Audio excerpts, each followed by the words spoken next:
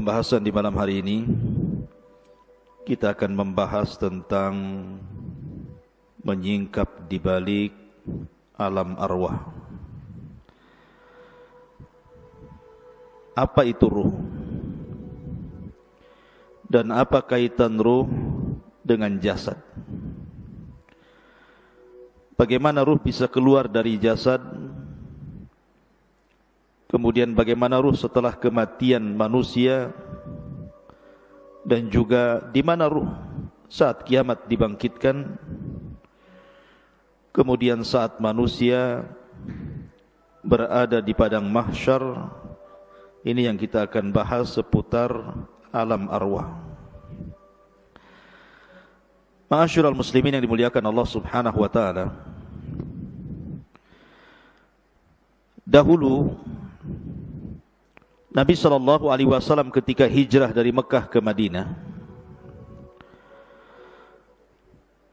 ketika itu Nabi sallallahu alaihi wasallam lewat di sekumpulan orang-orang Yahudi, karena tahu bahwa Madinah itu penuh dengan orang-orang Yahudi kala itu. Dan kebetulan Nabi sallallahu alaihi wasallam bersama sahabat Abdullah ibnu Mas'ud radhiyallahu anhu. Maka Yahudi ini, sebagian mereka dengan sebagian yang lainnya saling berbincang dan mengatakan saluhu, saluhu. Tanyalah dia. Maksudnya ragu-ragu mereka mau nanya Nabi sallallahu alaihi wasallam. Akhirnya kemudian salah seorang di antara mereka memberanikan diri bertanya kepada Nabi sallallahu alaihi wasallam, "Ya Abul Qasim, marruh." Wahai Abul Qasim, saya ingin bertanya kepadamu, apa itu ruh? Maka Nabi sallallahu alaihi wasallam tidak langsung menjawab. Kemudian Rasul menyingkir dari mereka, kemudian Rasul pun bersandar di bawah pohon kurma. Kata Abdullah bin Mas'ud radhiyallahu anhu mengatakan, fa'alimtu annahu yuha ilaihi. Dan aku mengetahui bahwa Rasul sedang diturunkan wahyu kepadanya. Maka sejenak kemudian Nabi SAW bangkit, kembali menemui orang-orang Yahudi dan membacakan surah Al-Isra. Yas'alunaka 'anir ruh, qulir ruhu min amri rabbi wa ma utitum minal ilmi illa qalila. Mereka bertanya-tanya soal ruh. Katakan ya Muhammad kepada mereka orang-orang Yahudi itu, ruh itu urusan Rabbku, dan apa yang Allah berikan kepada kalian dari pengetahuan itu tidak banyak. Ada juga kisah yang sejenis dengan kisah ini. Ketika orang-orang musyrik Arab datang ke kota Madinah untuk bertanya kepada orang Yahudi tentang Nabi yang baru muncul di Mekah. Karena orang-orang musyrik Arab tahu bahwa orang Yahudi itu kaum yang diberikan kitab. Mereka minta pendapat tentang kemunculan Nabi yang ada di Mekah itu kepada orang-orang Yahudi Madinah. Maka orang-orang Yahudi Madinah mengatakan kepada orang-orang musyrik Arab, tanyalah kepada orang yang ngaku Nabi daerahmu itu 3 soalan. Kalau dia sanggup menjawab, memang dia seorang Nabi. Kalau dia tidak sanggup menjawab, dustakan kenabiannya. Lah salah satu pertanyaan yang diajarkan orang Yahudi kepada orang-orang musyrik, tanya kepada orang yang ngaku Nabi di daerahmu itu, apa itu ruh? Akhirnya kemudian ditanyakan kepada Rasul dan turunlah surah Al-Isra ayat 85. Mereka bertanya-tanya soal ruh. Katakan ya Muhammad, ruh itu urusan Rabbku. Dari sini menunjukkan bahwa ruh itu tidak ada yang tahu bentuknya seperti apa. Tidak ada yang tahu. Makanya lihat perdebatan Abu Hanifah. Ketika berdebat dengan orang-orang ateis soal ketuhanan. Karena orang-orang ateis ini menganggap bahwa Tuhan itu tidak ada. Tetapi kita bagi kaum muslimin, Tuhan itu ada walaupun tidak bisa dilihat, tapi bisa dirasakan keberadaannya dengan melihat alam semesta dan juga ayat-ayat syariah. Lah salah satu perdebatan Abu Hanifah dengan orang ateis itu, dia mengatakan begini, pernah enggak kamu itu duduk di hadapan orang sakit, berkunjung kepada orang sakit, kemudian duduk di hadapan orang sakit? Kata orang ateis ini, ya aku pernah. Kemudian, pernahkah engkau melihat orang sakit itu sampai menghembuskan nyawa terakhir dia, keluar ruhnya? Dia mengatakan, pernah. Kemudian, kamu tahu kematiannya? Ya. Betul kamu tahu ketika ruh keluar dari mulutnya? Kalau itu, aku tidak pernah melihat. Kalau engkau mengatakan bahwa kamu tidak bisa melihat ruh saat dia kematian, bagaimana mungkin engkau mensifati Allah Subhanahu wa taala? Artinya bahwa di sini ikhwatu fiddin, ruh itu tidak bisa dilihat. Lihat kalau antum nanti menghadapi orang yang sedang sakaratul maut, pandang wajahnya sampai betul-betul nazak yang terakhir kemudian mati. Antum tidak akan tahu ruhnya dia keluar seperti apa, bentuknya seperti apa, kapan keluarnya, enggak tahu. Tahu-tahu tidak bergerak saja kan. Artinya alam ruh itu alam gaib. Kita tidak tahu seperti apa bentuk ruh itu. Makanya Allah Subhanahu wa taala mengatakan, yas'alunaka 'anir ruhi qulir ruhu min amri rabbi. Mereka bertanya-tanya soal apa itu ruh, katakan ya Muhammad, ruh itu urusan Rabbku. Kenapa? Wa ma utitum minal ilmi illa qalila. Karena pengetahuan kita terbatas soal ruh ini.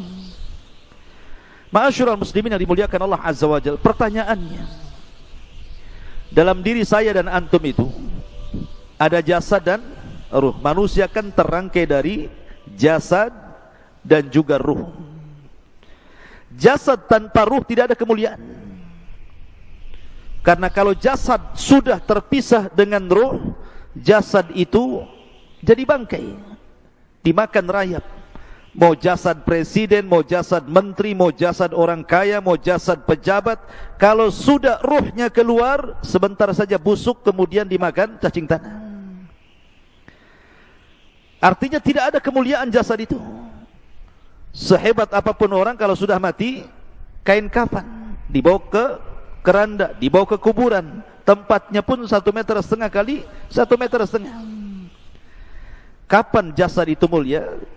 Ketika ruh masuk, mulailah dia jadi mulia. Karena ketika ruh dan jasad terangkai, maka macam-macam orang itu kan.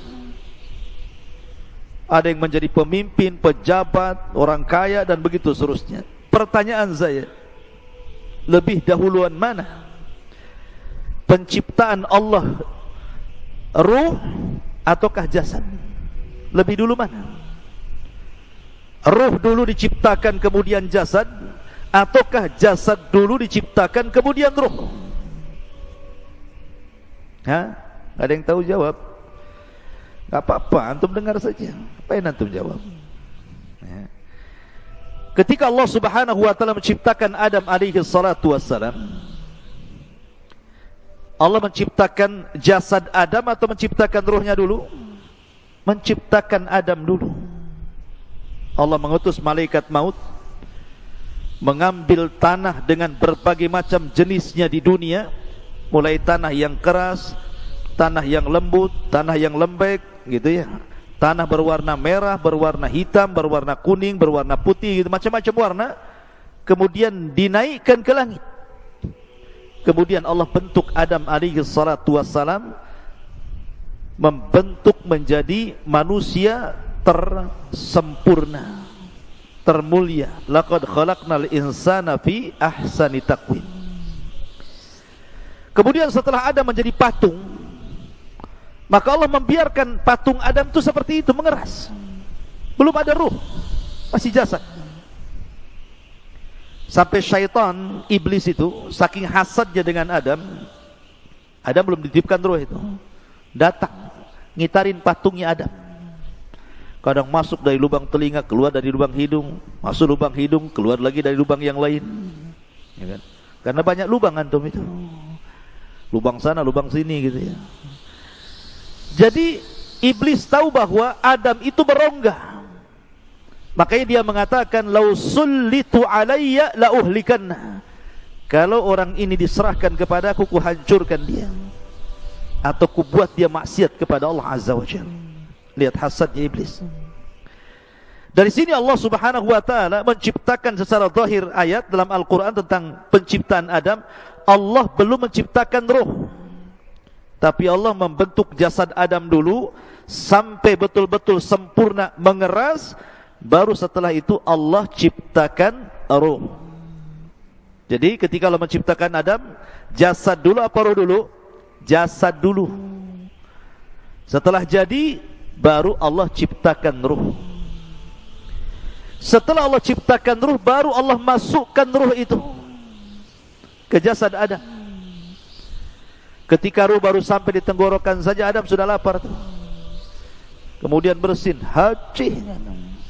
Ya, kemudian Allah mengatakan, ya Adam, katakan Alhamdulillah. Maka Adam mengatakan Alhamdulillah. Maka Allah mengatakan, yarhamuka Rabbuk. Kemudian ruh masuk lagi ke badan Adam, mulai tangan bergerak tuh. Di sampingnya ada pohon berbuah-buahan, dia maunya ngambil saja itu, padahal belum sampai jejak ke kaki ruhnya itu. Makanya manusia itu tercipta tergesa-gesa seperti abina bapak kita Adam. Baru setelah sempurna ruh itu sampai di kaki, sempurnalah Adam itu menjadi manusia yang disebut dengan nafsun. Ada ruh, ar-ruhu, ada an-nafsu dalam bahasa Arab. Kalau ruh ya ruh, kalau nafsu itu jiwa. Dan jiwa itu artinya terangkainya ruh dengan jasad, dalam bahasa Arab disebut nafsun. Kalau ruh, ruh saja. Kalau jasad, jasad saja. Kalau sudah nyatu disebut nafsun. Ya ayyutuhan nafsul mutmainnah, wahai jiwa yang tenang, karena ruhnya masih dalam jasad. Ukhruji ila ila ridwanullah, keridhaan Allah Subhanahu wa taala.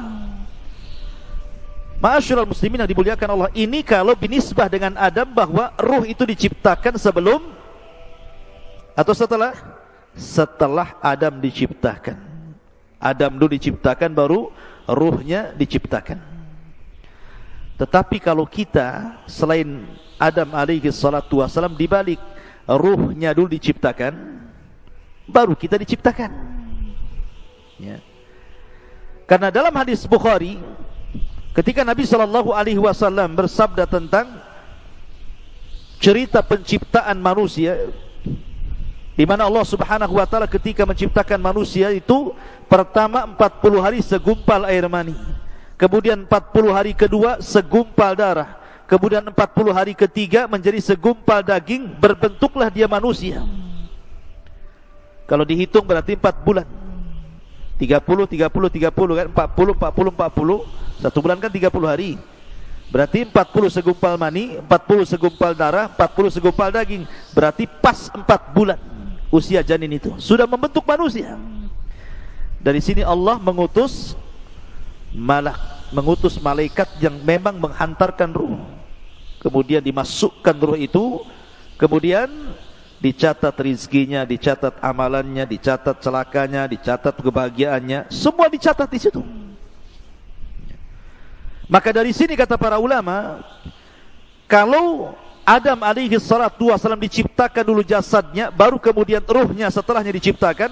Tapi kalau kita diciptakan dulu ruhnya, baru diciptakan jasadnya.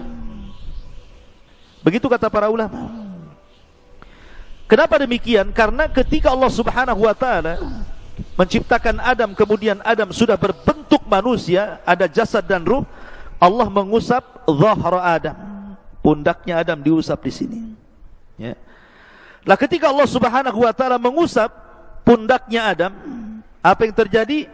Fa akhraja min dhahri Adam kullu nasmatin min dzurriyyatihi min khalqihi ila yaumil qiyamah. Dalam hadis Rasul, kemudian keluarlah dari pundak Adam ini, punggung Adam ini, ruh-ruh dari zuriyahnya Adam, dari anak cucunya Adam. Zuriyah diambil dari kata-kata dzarrah. Dzarrah itu semacam semut, bahkan lebih kecil dari semut, kecil, tidak nampak. Ya. Jadi keluar rohnya dari situ, dan itu kelak akan menjadi anak cucu Adam.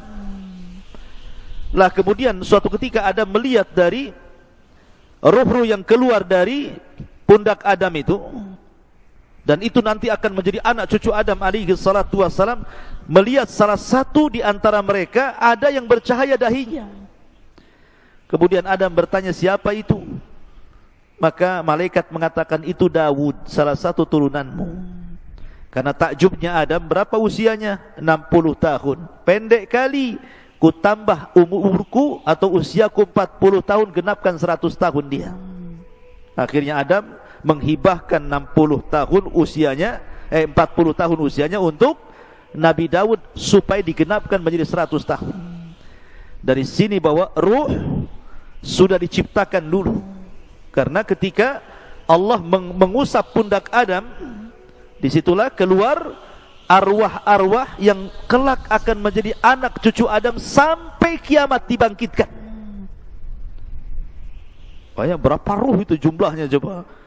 Jumlah manusia kan miliaran, dikeluar banyak gitu. Lah dari sinilah mereka akhirnya ditempatkan di sebuah tempat yang disebut dengan alam ruh. Disinilah terjadi mitsak, perjanjian antara ruh dengan Allah subhanahu wa ta'ala. Dan itu disebutkan dalam surah Al-A'raf ayat 172. Wa id akhadha rabbuka min bani Adam min duhurihim durriyatahum wa ashhadahum ala anfusihim alastu bi rabbikum qalu bala syahidna an taqulu yaumal qiyamati inna kunna an hadza ghafilin. Dan ingatlah ketika Rabbmu membuat perjanjian dengan anak turunan Adam, min duhurihim dzurriyyatahum, di belakang mereka dari anak cucu yang kelak akan terlahir dari Adam alaihi salatu wassalam. Apa perjanjian Allah dengan kita? Alastu bi rabbikum, bukankah aku Rabb kalian? Bukankah aku Rabb kalian? Maka semua ruh mengatakan qalu bala syahidna, iya kami menyaksikan Anda itu Rabb kami. Pertanyaannya, antum ingat apa lupa? Atau pura-pura lupa bahwa antum pernah mengatakan di hadapan Allah, qalu bala, ya kamu adalah Tuhanku? Pasti enggak ingat. Mana ingat antum? Utang aja enggak ingat, mau ini pula gitu ya. Kenapa enggak ingat? Karena ingatan manusia itu terbatas, sebagaimana pandangan manusia terbatas, pendengaran manusia terbatas, akal pun terbatas, langkah kaki pun terbatas, kecuali pakai motor ya, pakai pesawat. Tapi coba jalan kaki, sampai di mana antum kuatnya? Ada pengkol. Pandangan kita terbatas, kita tidak bisa menembus sampai Batam Center dari sini. Terhalang hutan-hutan, walaupun tak ada hutan pun kita terbatas pandangan kita. Pendengaran pun terbatas, akal pun terbatas, pemahaman pun terbatas, maka ingatan pun terbatas. Kita sudah lupa bahwa kita pernah berdialog dengan Allah dan mengatakan alastu bi rabbikum, dan kita mengatakan qalu bala syahidna. Ma'asyiral muslimin, kenapa demikian?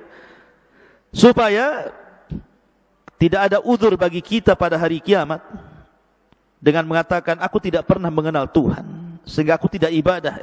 Kita sudah diikat dengan perjanjian. Makanya Rasulullah mengatakan kullu maulud yuladu alal fitrah, setiap bayi yang dilahirkan itu brojol menjadi fitrah. Fitrah itu artinya mengenal Islam. Kenapa? Karena lanjut hadis Nabi SAW, fa abawahu yuhawidanihi au yunassiranihi au yumajjisani, bapaknya yang menjadikan dia Yahudi, Nasrani ataupun Majusi. Stop hadis sampai ini. Dan tidak ada kata-kata bapaknya yang menjadikan dia Muslim. Ya, karena lahirnya anak siapapun terlahir Islam, mengenal Rabbnya. Tapi kita lupa. Lah di alam ruh ini pula Allah menawarkan amanah.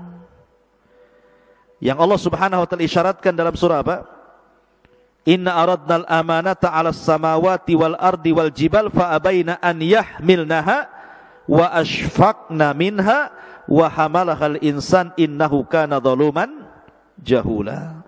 Sesungguhnya kami telah menawarkan amanah. Kapan amanah ditawarkan? Ketika di alam ruh. Allah menawarkan amanah ini. Pertama, ditawarkan ke langit, ditawarkan ke bumi, ditawarkan ke gunung-gunung, semua menolak amanah itu. Kemudian Allah menawarkan amanah di alam ruh kepada ruh-ruh turunan Adam itu. Tiba-tiba kemudian manusia pun siap memikul amanah itu. Makanya Allah mengatakan sungguh manusia itu amat sangat zalim dan amat sangat bodoh. Gunung saja menolak, langit saja menolak, bumi saja menolak, manusia pula yang lemah menerimanya. Walaupun penafsiran amanah dalam ayat ini berbagai macam ya. Apa yang dimaksud amanah yang Allah tawarkan kepada kita di alam ruh itu? Ada yang mengatakan amanah di sini artinya at-ta'at wal faraid, ketaatan dan melaksanakan kewajiban. Ada yang mengatakan amanah di sini artinya seperti pendapat Abdullah ibn Mas'ud, artinya salat, zakat, puasa, haji. Kemudian membenarkan hadis, jujur dalam berkata, kemudian membayar hutang, adil dalam timbangan, kemudian juga amanah ketika dititipkan sesuatu barang kepadanya. Ada juga yang mengatakan bahwa amanah di sini artinya al-farju, kemaluan. Bahwa kita diberikan kemaluan sehingga harus amanah.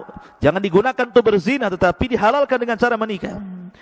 Ada juga yang mengatakan amanah di sini artinya as-saum, puasa. Wal ghuslu minal janabah, mandi setelah junub. Ada juga yang mengatakan amanah di sini artinya amanah, orang itu amanah, tidak khianat gitu ya. Intinya bahwa banyak penafsiran amanah, tapi yang jelas dialog ini sebagian para ulama mengatakan terjadi kapan? Di alam ruh. Dialog ini terjadi di alam ruh. Ma'asyiral muslimin yang dimuliakan Allah Azza wa Jalla. Taib. Setelah kita tahu sedikit tentang alam ruh, lalu ruh ini kapan keluar? Kan pertama ruh menyatu dengan jasad. Kemudian kita dilahirkan ke dunia menjadi jiwa yang menyatunya ruh dengan jasad. Maka suatu ketika ruh ini akan keluar saat kematian. Bagaimana ruh keluar dari jasad kita, ikhwan? Ada hadis Bara' bin Azib radhiyallahu an. Jadi Bara' bin Azib ini bercerita suatu ketika kami, kata Bara' bin Azib, keluar bersama Rasul hendak mengebumikan salah seorang jenazah. Ketika sampai di kuburan, orang yang gali kuburan itu belum selesai. Orang yang gali kuburan itu belum selesai. Lah karena belum selesai orang yang menggali kuburan itu, Nabi SAW memberikan nasihat kepada sahabat yang ada di sekitar kuburan itu. Kemudian Nabi SAW menceritakan tentang kematian seorang mukmin dan kematian seorang kafir. Coba perhatikan bagaimana ruh keluar dari jasadnya seorang mukmin dan bagaimana ruh keluar dari jasadnya orang kafir. Kata Nabi SAW, innal abdal mu'min idza kana fi inqita'in minad dunya wa ikbalin minal akhirah, apabila hamba mukmin ini hendak terputus dari dunia dan menghadap akhirat, nazala ilaihi malaikatun minas sama bidul wujuh, maka akan turun malaikat dari langit, wajahnya sangat putih, ka'anna wujuhahumus syamsu, seperti wajahnya malaikat ini seperti matahari. Ma'ahum kafanun min akfanil jannah wa hanutun min hanutil jannah. Malaikat yang turun dari langit yang memiliki wajah yang sangat terang putih itu membawa kain kafan dari sorga dan wewangian dari sorga. Kata para ulama, ketika nanti antum mendekati ajal, malaikat yang turun kepada antum itu ada 4. Satu disebut malakul maut, malaikat kematian. Yang 3 disebut rusulul maut, rusulul maut, tawaffathu rusuluna. Ada 3 utusan Allah malaikat yang mendampingi malakul maut. Yang pertama membawa kain kafan, yang kedua membawa hanut, dan yang ketiga membisikkan di telinganya kalau dia seorang mukmin kabar gembira. Adapun malakul maut hanya mencabut nyawa saja, kemudian diserahkan kepada 3 malaikat itu. Ulama mengatakan dalam hadis ini, ruhnya seorang mukmin itu ketika dicabut, itu dimulai dari jari-jari jemari, dari ujung-ujung jari ini, ujung jari kaki dan tangan. Jadi kalau ruhnya di sini, dia mulai berjalan, begitu dari kaki, mulai ke atas, ya, sampai di tenggorokan, berkumpul di tenggorokan ruhnya. Apa yang terjadi? Kalla idza balagatit tarat wa qila man rah.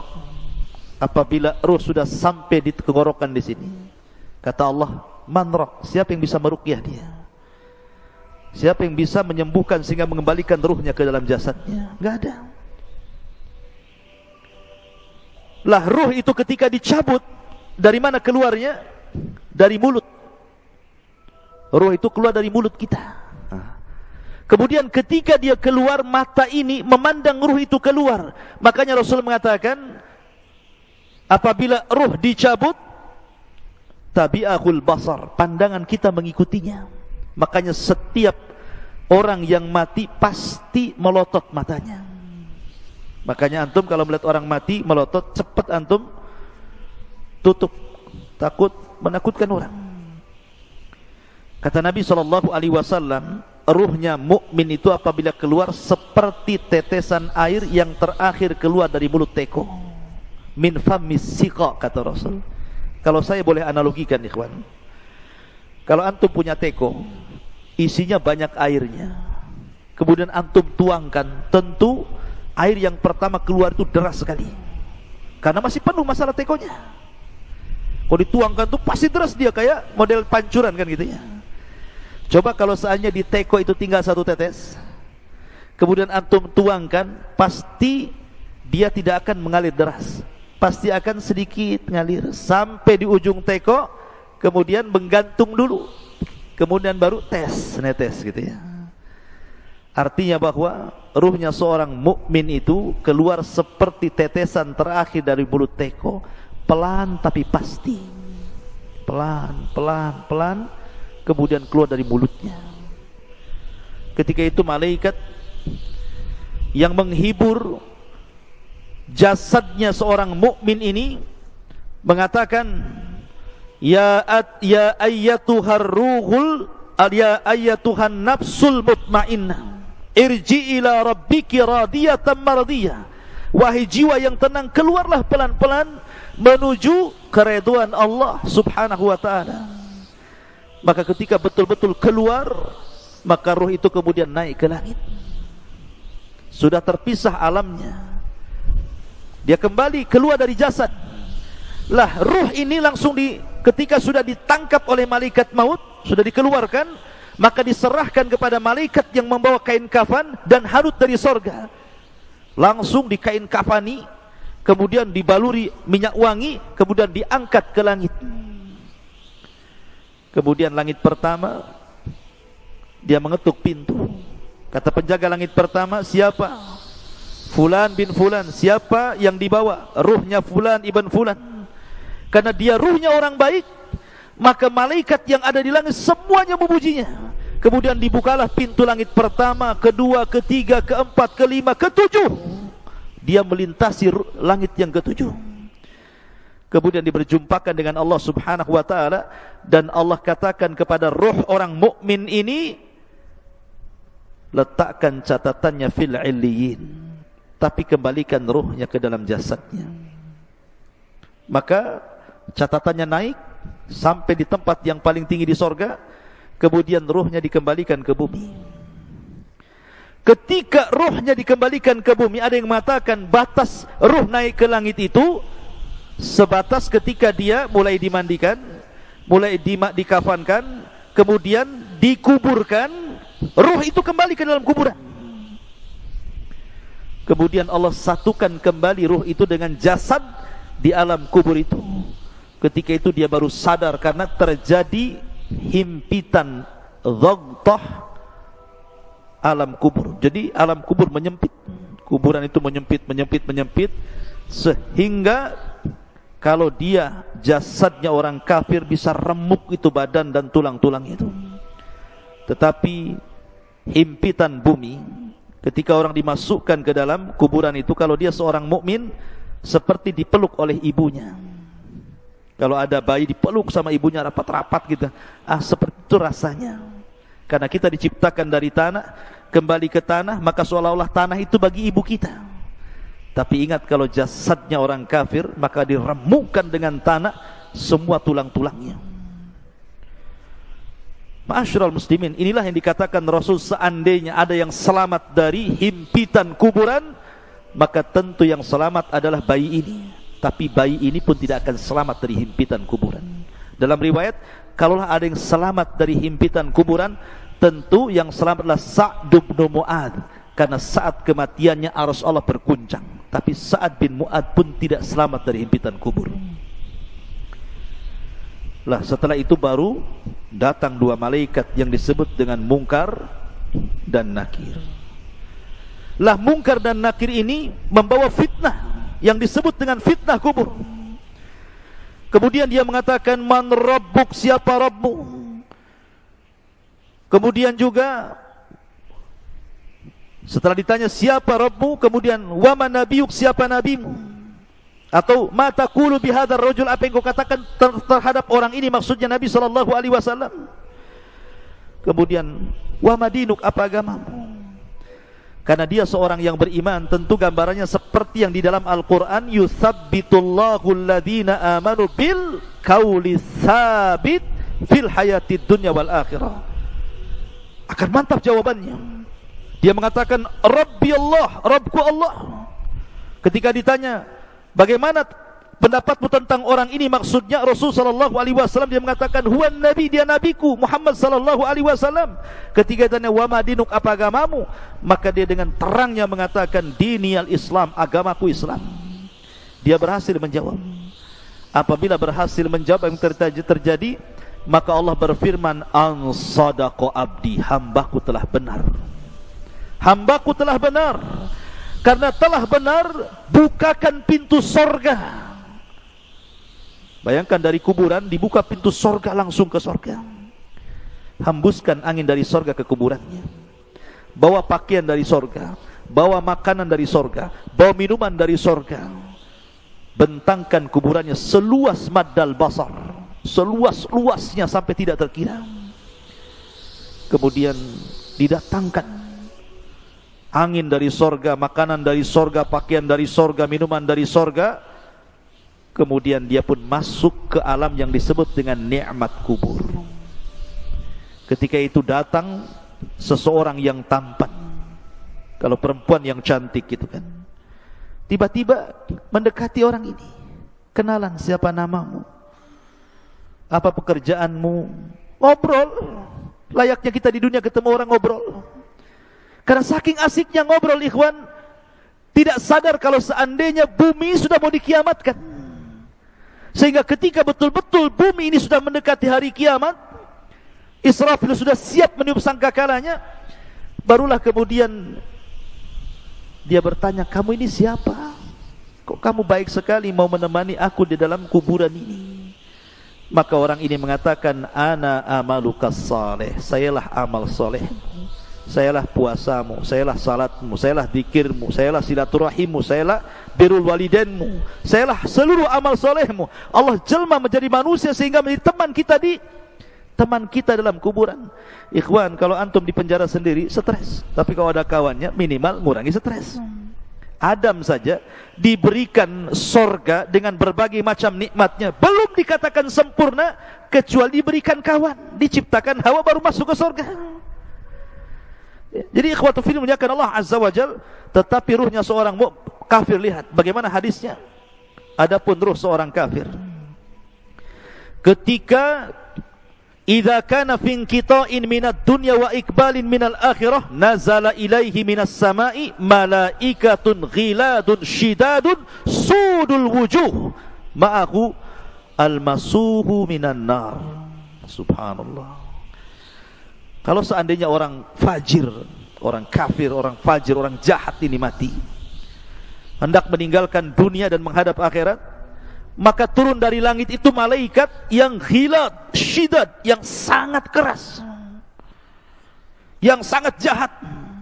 Sudul wujuh, wajahnya hitam, kelam, gosong, dan membawa kain kafan dari neraka yang sangat busuk baunya. Kemudian dia pun duduk di samping orang yang mau ihtidar, mau mati dari orang kafir ini. Maka malaikat yang jelek rupanya ini langsung meneriakkan di telinganya, ya ayyatuhan nafsul khabithah ukhruji ila sakhatim minallahi wa ghadabih. Hei jiwa yang buruk, keluar kau kepada kemurkaan Allah dan laknatnya, keluar kamu. Coba kalau saya buat analogi, antum ada di rumah, tiba-tiba di luar rumah ada yang berteriak, keluar, keluar Noval, mau enggak uang 1 miliar? Keluar enggak antum? Keluar. Pal, keluar, kubunuh kau. Keluar enggak? Keluar tapi lewat belakang, lari. Jadi ruhnya seorang mukmin seperti tadi teriakin, keluarlah, ini saya kasih uang tumpuk 1 miliar, pasti dia keluar enak. Tapi kalau kemudian ditakut-takuti, dia nggak mau kan keluar, maka ruhnya orang kafir kan ditakut-takuti dan mengatakan, ukhruji ya ayyatuhan nafsul khabitha ukhruji ila saghati minallahi wa ghadabi. Dia kan ditakut-takuti malaikat ini. Maka orang ini tidak mau keluar ruhnya, maka dicabut paksa. Kata Nabi SAW seperti apa? Seperti pisau yang bengkok, kayak cerulit. Kemudian dimasukkan ke kambing wol. Antum tahu kambing wol itu kan bisa 1 jengkal tuh. Ini ya bulunya kan, kambing wol itu besar. Apalagi kalau sudah jarang dimandikan itu udah brekele itu, rambutnya itu nempel satu dengan yang lainnya itu. Jadi ketika rambut kambing ini banyak, dimasukkan pisau yang berbengkok gini ya, safud dalam hadis itu. Kemudian setelah nempel begini, disiram rambutnya, langsung gini. Jadi susah jadinya pisaunya ini. Kira-kira kalau seandainya pisau yang dimasukkan ke bulu wol kemudian disiram, kemudian dipaksa begini, apa enggak rontok semua bulunya tuh? Lah Rasul mempermisalkan ruhnya orang kafir ketika dicabut itu seperti itu. Seperti senjata yang bengkok dimasukkan di bulu kambing wol, kemudian disiram, kemudian dipaksa, rontok semua bulunya, rontok semua persenjaannya, sakit yang luar biasa. Tapi tetap dia harus keluar. Ketika dia keluar, diserahkan kepada malaikat yang membawa kain kafan dari neraka yang sangat busuk itu. Dia pun tidak tahan di situ, ruhnya itu diangkat ke langit. Malaikat semua tersakiti dengan ruh ini karena baunya. Ini ruh siapa? Bau busuk sekali. Semua menyingkir malaikat itu, tidak ada yang mau mendekat. Ketika kemudian penjaga langit pertama diketuk supaya ruh ini naik ke langit, enggak mau dibukakan sama sekali. Enggak mau dibukakan. Dari sini Allah Subhanahu wa taala berfirman dalam Al-Qur'an, la tufattahu lahu abwabus sama wa la yadkhulunal jannah hatta yalijal jamalu fi sammil khiyat. Ketika ruhnya orang kafir naik ke langit pertama, la tufattahu lahu abwabus sama. Allah atau malaikat tidak ada satupun yang membuka pintu-pintu langit. Bahkan dia akan masuk neraka. La tufattahu lahum abwabus sama wa la yadkhulunal jannah, dan dia tidak akan masuk surga orang kafir itu hatta yalijal jamalu fis samil khiyat, sampai ada cerita unta masuk ke liang jarum, kata Allah. Liang jarum seberapa? Jarum liangnya kecil, unta besar. Gimana masuk ke liang jarum? Gimana caranya? Dijadikan benang dulu untanya baru bisa masuk. Artinya bahwa mustahil ada unta masuk ke liang jarum, kecuali kalau jarumnya gede gitu ya. Lubangnya seperti pintu itu, mana ada jarum ya. Jarumnya kecil, jarum itu artinya mustahil orang kafir masuk surga. Lah ketika tidak dibukakan pintu langit, akhirnya oleh malaikat yang sudah capek-capek bawa ke atas, dilempar ruh itu. Bayangkan, dilempar ruh itu, sehingga ruh itu jatuh dari ketinggian itu. Kemudian ketika bersatu dengan jasadnya seperti antum, jatuh dari atas, gimana rasanya tuh? Gak usah dirasakan, pasti sakit ya. Rontok semuanya. Sudah kesakitan, tiba-tiba dihimpit lagi kuburan, langsung remek semuanya. Setelah ada himpitan kubur, tiba-tiba datang malaikat Munkar dan Nakir, kemudian berteriak dan menekan suaranya, man rabbuk, siapa Rabbmu? Enggak kaget dia ya. Wa man nabiyuk, siapa nabimu? Wa madinuk, apa agamamu? Makanya dia lagi pusing, lagi merasakan sakit. Dia hanya mengatakan ha la adri. Fayaqulan ha la adri. Saya tidak tahu, aqulu kama qalan nas wa fa'altu kama fa'alan nas. Aku hanya mengikut-ikut orang saja, enggak tahu. Maka dia pun akan dicambuk oleh malaikat. Kalau seandainya cambukan itu dicambukkan ke gunung Uhud, maka cukup menghancurkan Uhud itu. Bagaimana kalau dicambukkan ke jasad manusia? Turuhnya seorang kafir itu. Ma'asyiral muslimin yang dimuliakan Allah Subhanahu wa taala. Jadi kalau saya ringkas dari hadis Bara' bin Azib ini, pertama, keluarnya ruh seorang mukmin dari jasad seorang mukmin. Yang kedua, ruh ini dibawa ke langit oleh malaikat. Kemudian yang ketiga, dikembalikan ruh ke dalam jasadnya. Begitu juga ruhnya orang kafir. Itu saat kematian. Lalu setelah kemudian masuk ke alam kubur, apakah azab kubur itu birruhi wal jasad, menyatunya ruh dan jasad, ataukah ruh saja? Maka Syekhul Islam Ibnu Taimiyah rahimahullahu taala mengatakan bahwa azab kubur itu yang rajih menurut ahli sunnah wal jamaah, dan ini menyelisih pendapat orang-orang Mu'tazilah dan ahli kalam, bahwa yang rajih wallahu alam adalah ruh dan jasad dijadikan satu. Walaupun ketika di dunia jasad itu utama, ruh itu mengikut. Kalau di alam kubur ruh utama, jasad itu mengikut. Karena alamnya sudah beda, alam gaib bagi kita dengan kuburannya. Jadi yang penting ruhnya. Tetapi kalau ingin merasakan sakit, maka disatukan dengan jasadnya supaya dia merasakan bagaimana siksaan itu, sakitnya luar biasa. Maka baru disatukan jasad dengan ruh. Dan itu pendapat yang kuat, bahwa alam kubur terjadi birruhi wal jasad, ruh dengan jasad. Walaupun ada pendapat ruhnya saja, karena jasad pasti akan dimakan cacing tanah, akan hilang, kemudian akan hancur. Ma'asyiral muslimin yang dimuliakan, ada yang mengatakan tentang masalah di mana ruh itu dalam kuburan. Imam Malik rahimahullahu taala mengatakan bahwa kalau dia ruhnya seorang mukmin, maka ruh itu sesuka dia akan keluar masuk surga. Jasadnya tetap di kuburan, sementara ruhnya itu keluar masuk surga. Ada juga pendapat Ka'ab Ibn Akhbar mengatakan ruhnya seorang mukmin akan diletakkan di langit ketujuh di Iliyin. Adapun ruhnya orang kafir akan diletakkan di Sijin, di bawah bumi yang paling dasar. Ada juga pendapat Imam Ibnu Hazm mengatakan bahwa ruh dalam kubur itu dia tetap di situ, ya, tidak keluar dari kuburan. Ada juga yang mengatakan, Ibnu Abdul Bar mengatakan ruhnya syuhada maka akan masuk ke dalam sorga dan akan diletakkan di kendil-kendil sorga, kemudian digantung di aras-aras Allah. Adapun ruhnya seorang mukmin, maka mereka akan dimasukkan ke dalam sorga dan akan diletakkan, digantung-gantungkan di pohon sorga. Itu pendapat Ibnu Abdul Bar. Dan juga pendapat Ibnu Ash-Shihab, ya, bahwa ruhnya syuhada juga akan digantungkan di arasy seperti kendil-kendil dan keluar masuk surga. Wallahu a'lam. Karena bagaimanapun pengetahuan kita tentang ruh tidak banyak. Wa ma utitu minal ilmi illa qal, ini hanya pendapat para ulama. Adapun hakikatnya wallahu alam, yas'alunaka 'anir ruh qulir ruhu min amri rabbi. Ma'asyiral muslimin yang dimuliakan, lalu ketika terjadi hari kiamat, di mana ruh? Ulama mengatakan bahwa ada 7 perkara yang tidak akan binasa pada hari kiamat. Catat 7 perkara ini.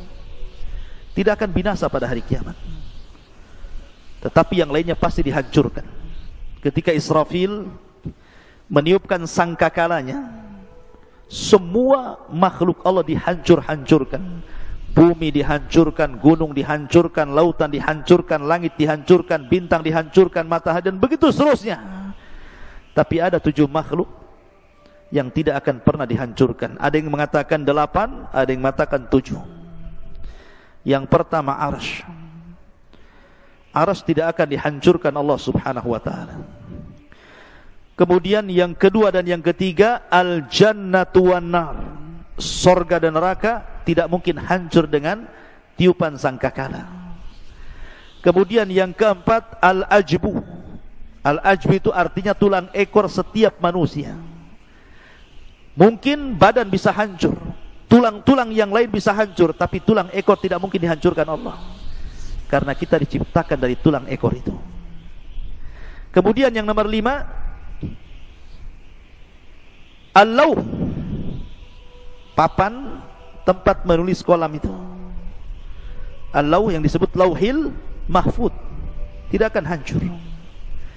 Kemudian yang keenam, al-qalam, dan kolam makhluk kedua yang Allah ciptakan setelah arsy tidak akan hancur. Kemudian yang nomor 7, ruh. Ruh tidak akan hancur. Ketika Israfil meniupkan sangkakala, itu tidak akan hancur. Dan ini disebutkan di dalam nuniyahnya Imam Ibnul Qayyim rahimahullahu ta'ala, dan juga dalam kitabnya Syarhus Sunnah li Imam Al-Barbahari rahimahullahu ta'ala, dan juga kitab-kitab yang lain yang menunjukkan 7 perkara tidak akan dihancurkan saat alam dihancurkan. Salah satunya ruh. Lalu ruh di mana ketika terjadi kiamat? Ruh itu terjadi ketika terjadi kiamat, maka terputuslah azab kubur, nikmat kubur, dan begitu seterusnya. Maka ruh itu akan diletakkan di eliyin yang mukmin, kemudian ruhnya orang-orang kafir dan orang-orang jahat diletakkan di sijin, di dasar bumi. Kemudian terjadi kiamat hebat. Selama 40 tahun, bisa 40 bulan, bisa 40 hari. Baru Israfil kemudian meniupkan sangkakala yang kedua.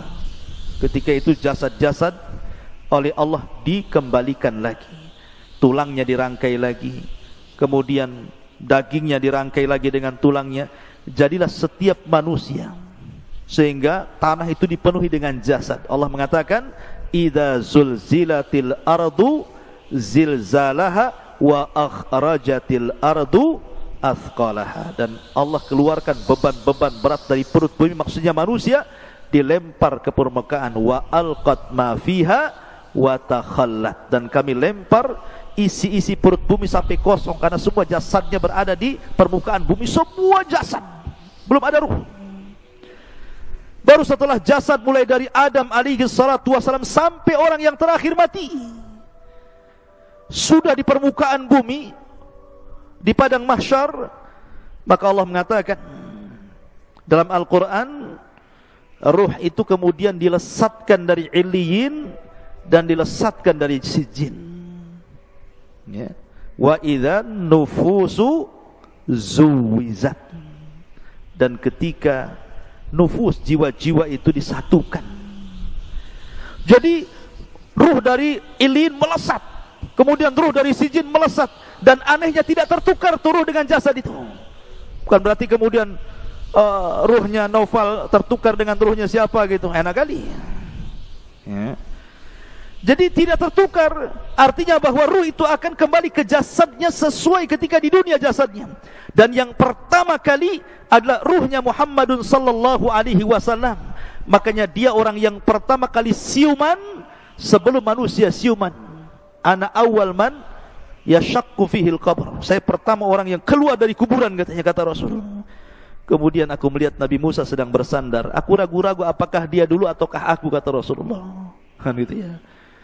Baru kemudian bangkit semua, karena sudah nyatu lagi ruhnya tuh. Kemudian ketika bangkit, bingung orang-orang kafir ini, sehingga mereka mengatakan, ya wailana man ba'atsana mim marqadina. Celaka siapa yang membangunkan aku ini dari tidur-tidurku ini. Tapi orang-orang yang beriman, mereka mengatakan, hadza ma wa'adar rahman wa sadaqal mursalun. Inilah janji Allah dan benarlah ucapan para rasul. Berarti dari sini terjadi infisal ruh dengan jasad berapa kali? Pertama, ketika ruh kita dengan jasad kita dalam janin terpisah. Karena jasad belum diciptakan, ruh sudah diciptakan. Ya, itu perpisahan pertama, ruh dengan jasad. Kemudian yang kedua, saat kematian, ruhnya dicabut lagi dari jasad. Kemudian disambungkan lagi di alam kubur. Kemudian setelah terjadi kiamat, dipisahkan lagi ruhnya, diletakkan di Eliyin, kemudian di padang mahsyar disatukan lagi, dan tidak akan pernah dikeluarkan lagi setelah itu, baik yang masuk ke dalam sorga ataupun yang masuk ke neraka. Tetapi yang ada kelak, badan kita akan dibesarkan. Kata para ulama, kapan? Ketika membaca catatan amal. Ketika Naufal membaca catatan amal 1, 2, kalau itu amalan baik dibaca, maka bercahayalah wajahnya, mengembang badannya. Dibaca lagi catatan kebaikannya, makin bercahaya, makin mengembang, makin bercahaya, makin mengembang, sehingga tanpa sadar badan itu besar, sehingga tingginya 30 meter 60 hasta, lebarnya 7 hasta 3,5 meter, dan bentuk mereka semua sama, kasurati abikum Adam, seperti gambaran bapak kalian Adam alaihi salatu wassalam. Tuluhu sittuna dira'ah, panjangnya tingginya 60 hasta atau 30 meter. Barulah disitulah mereka menitis titian siratal mustaqim, wallahu alam, sampai akhirnya yang berhasil masuk surga itu karena amalan dan ketaatannya, yang tidak berhasil karena perbuatan maksiat dan dosanya. Wallahu alam bisawab. Inilah diantara alam arwah. Subhanakallah bihamdika asyhadu an la ilaha illa anta astaghfiruka wa atubu ilaik. Allah Ta'ala. Assalamualaikum warahmatullahi wabarakatuh.